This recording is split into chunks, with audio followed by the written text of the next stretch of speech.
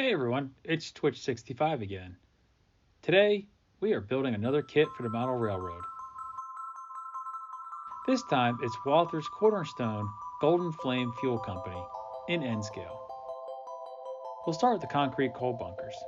There are 21 sections to cut from the sprue, and I've tried to leave a bit of the sprue attached on each section. That way, I can file and sand it down to be more precise than using side cutters, especially on circular parts. They tend to leave gouges.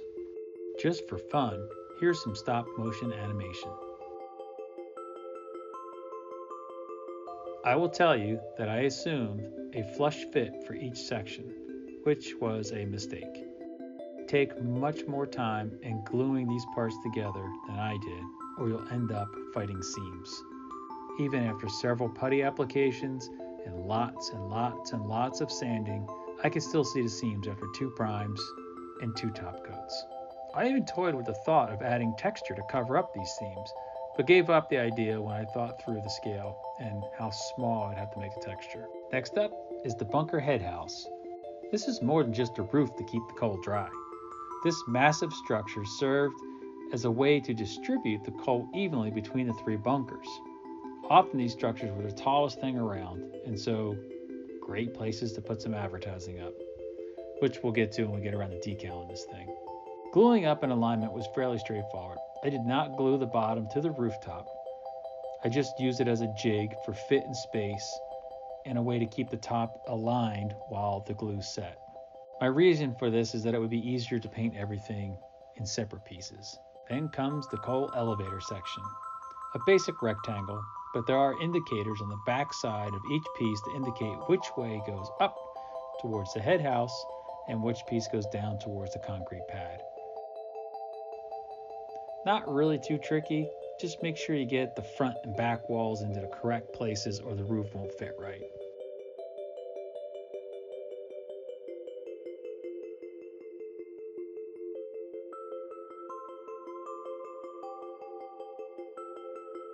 The office building in scales.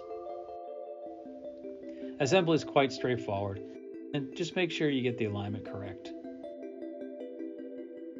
Again, I use the base or the concrete pad as an alignment jig only.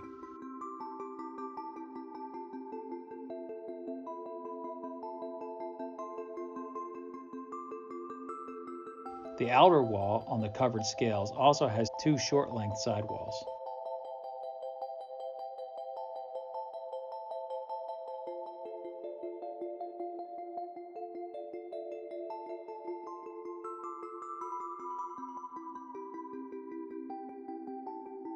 The undersides of the back eave both have large injector pin marks, and I chose to cut and sand them flush, even though it's highly unlikely they will be seen. It's just one of those things that I like to know I've taken care of.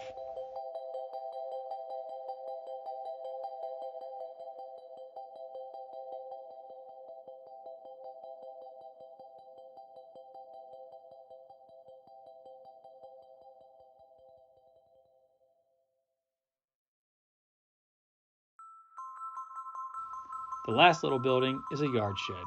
4 walls, 1 flat roof.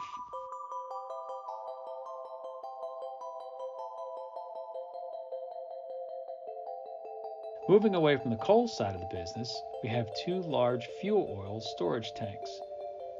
Similar in build to the coal bunkers, but each welded seam needed to be rotated 90 degrees from the section it previously sat upon.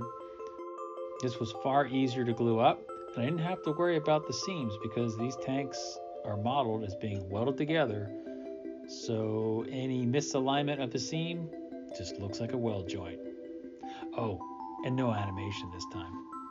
And here's all the assembled bits primed, either light gray, black, or glossy black, depending on the final color and if that final color was going to be a coat of metallic paint.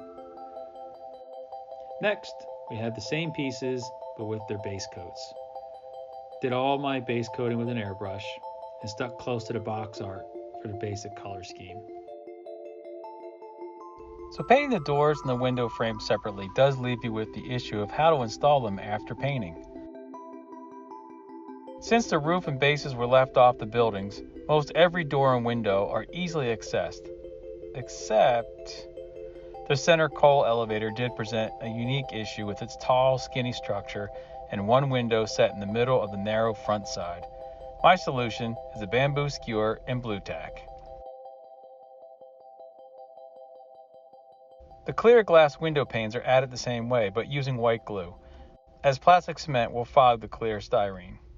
With the windows, doors, and glass in place, the roof and bases can be glued in place. A heavier cement was used on the head house, as it needs to hold the whole structure in place.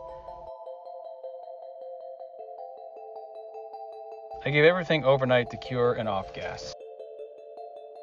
Off camera, I added the few decals that came with the kit. They're not as good or as high quality as typical scale model decals, but they'll fit the bill. The last steps are to weather the buildings. This is a necessary step for me as I want my stuff to look realistic, not toy-like. Weathering started with some panel liner on the wooden siding and continued with various shades of pastel chalks.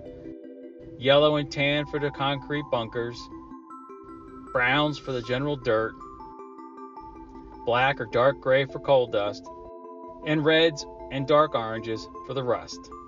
All the powders were applied in my usual manner, dabbing it on with an old number 2 brush and then blending it with either a flat or a fan brush, remembering to push the powder in the direction of water flow to simulate rain streaking. The oil storage tanks also got some light blue and white to dull down the shiny metal paint, and some rush brushed into the weld seams. Finally, we seal everything with a matte varnish and enjoy the results.